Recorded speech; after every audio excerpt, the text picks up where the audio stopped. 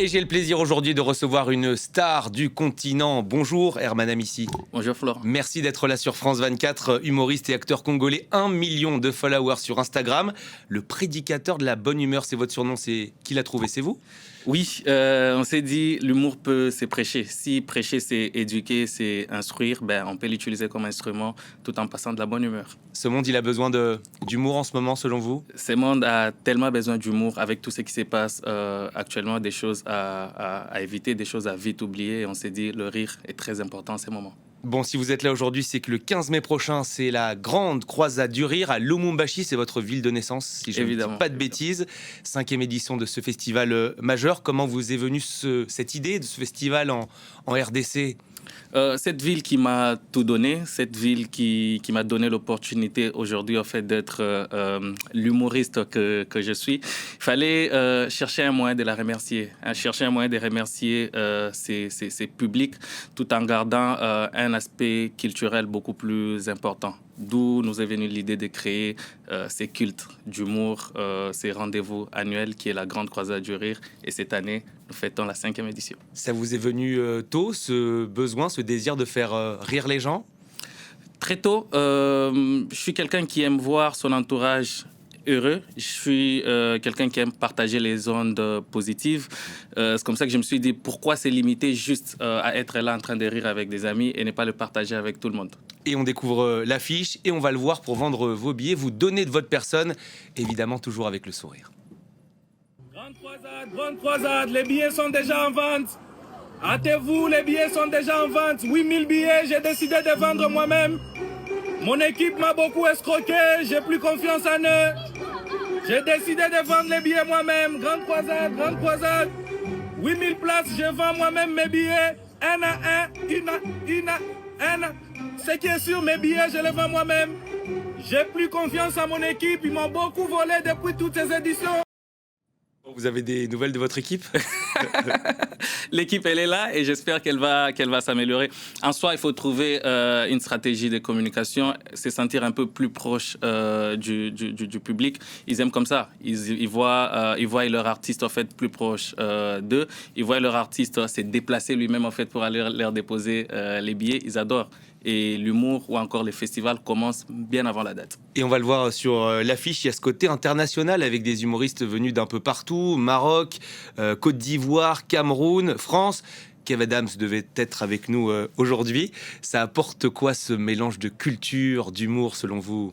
La diversité culturelle, c'est l'une des motivations, l'un des objectifs en fait, que poursuit la Grande Croisade du Rire. On dit que l'humour rassemble et si Lubumbashi aujourd'hui devrait devenir la capitale mondiale de l'humour, on est très content en fait, d'accueillir toutes ces diversités culturelles. Je parlais de Kev Adams, il nous a laissé un petit message pour France 24. Salut France 24, j'espère que vous allez bien. Je voulais répondre à votre question. Je pense que, comme vous l'avez très justement dit, moi je prône le fait qu'avec l'humour, on peut être tous ensemble. Je trouve que l'initiative d'Herman de créer ce grand festival au Congo, à Lumumbashi, la Grande Croisade du Rire, c'est exceptionnel de pouvoir mettre ça en place. Je fais moi-même un festival, je suis désolé, il y a du bruit derrière moi. Je fais moi-même un festival chaque année dans le sud de la France. Extrêmement heureux d'aller jouer au Congo pour la première fois. Extrêmement heureux d'être invité par mon ami Herman Amissi. Et je suis sûr que son festival va être une réussite comme chaque année. Et je trouve qu'il contribue justement à faire en sorte que l'humour francophone se lie et ne devienne qu'un seul. On a des artistes en France qui doivent absolument aller au Congo. J'en rêve moi-même depuis des années. Et de la même manière, on a des artistes congolais qui cartonnent en France. Bon, sans son envie, question peut-être très bête, mais c'est quoi la différence entre les publics français et en Afrique, sans faire de généralité bien sûr, mais... Je pense que ça, on va les découvrir beaucoup plus avec Kev Adams sur scène, parce que c'est nous. Pour nous, c'est aussi une forme de challenge. On s'est dit à quoi ressemble l'humour français devant un public africain. On va le découvrir tous ensemble le 15 mai. Mais ce qui est très important pour nous et ce que nous aimons, c'est cet échange culturel. Kev Adams, c'est un visage emblématique en fait, de l'humour francophone.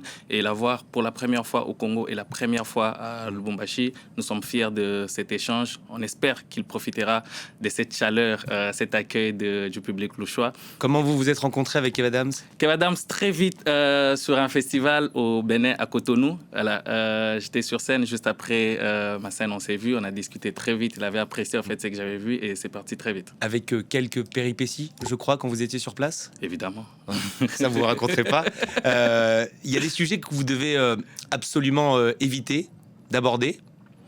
Il y a des sujets interdits. À Lubumbashi, non, mais je pense qu'on a un public très ouvert. Il rit de tout, mais sans oublier qu'il y a toujours des limites. Ça dépend de la manière dont on aborde les sujets.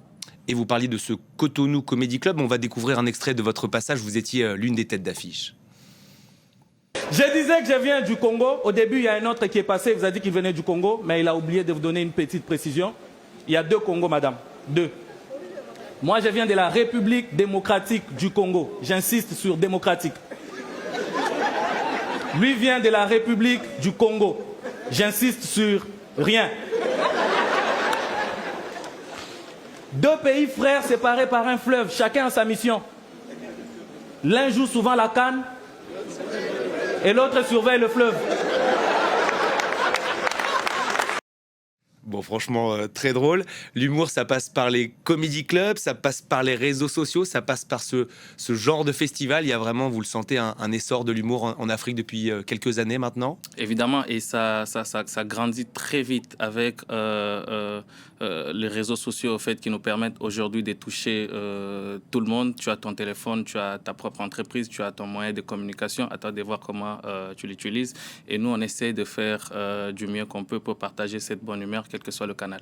Vous êtes seul, justement, pour animer vos réseaux sociaux. Il y a toute une équipe. Comment ça se passe? Il y a toute une équipe derrière moi, H-Prod, en fait, toute une équipe qui m'accompagne. Chacun a sa partie, chacun a son boulot, en fait, à faire, partant de la production, la réalisation jusqu'à la publication. C'est toute une équipe qui accompagne Herman ici. Bon, qu'est-ce qu'on peut vous souhaiter désormais, Herman?